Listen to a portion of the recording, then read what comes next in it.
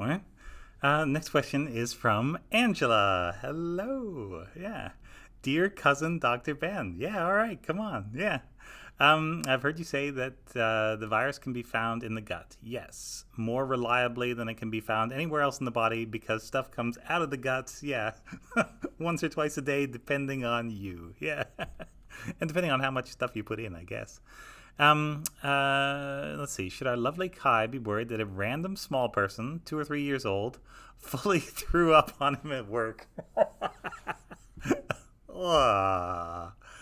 Well, that's terrible. And nausea and vomiting are sometimes symptoms of this.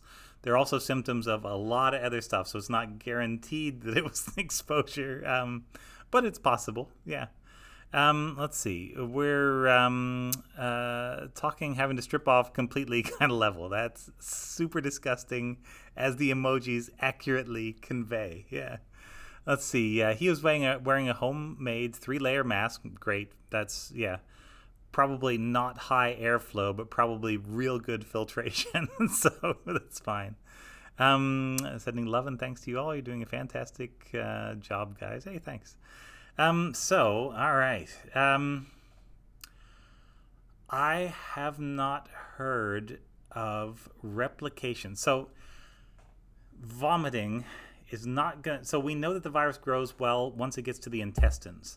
But there is a little sphincter muscle in between the stomach and the intestines, and things do not tend to come back up from the intestine. Once they go through, they stay through. And so the virus is on the other side of a door. There's also a sphincter at the top of the stomach, but that's apparently probably opening up so that you can vomit, or this little kid can vomit anyway. I have not yet heard of replication. I don't think it could grow in the stomach because the pH is so low that the pH is just going to destroy any virus that's in there. Probably even if you take a pound of antacids, I would think that is just a destructive kind of environment for the virus to be in. And I haven't seen that any stomach cells actually have the right receptors to be able to grow the virus. So the question is, does it grow in the esophagus? And as the vomit is scraping its way up, is it going to pick up a little bit of virus on the way? The answer there is I don't know, but I have not yet seen any data that says that the esophagus is infectable.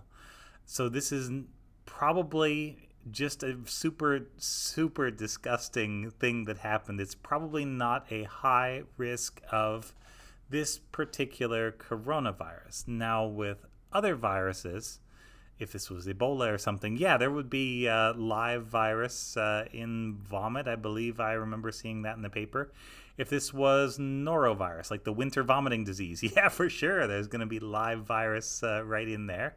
But I don't know that that's the case for coronavirus. So, yeah, I would just say I'm very sorry that this happened. It sounds really rank, and I hope everybody's all right. I will be watching out for norovirus-like symptoms, though, which would be projectile vomiting, followed by projectile diarrhea, usually within a couple hours of the vomiting stopping. It just sort of works its way down. Yeah. Very nasty. I'm sure you've seen it or heard of it before. Yeah, yeah, pretty terrible. So yeah, there you go. But at least the fact that there was a mask involved is a positive thing. I think you want to watch with the cleanup. I'm assuming you've already cleaned up probably 2 weeks ago. Yeah. So that would be the potential point of exposure. So I hope everything worked out all right. You will know by now for sure. And so, yeah, I don't know. Let me know or let Nicola know. I'd be curious to know.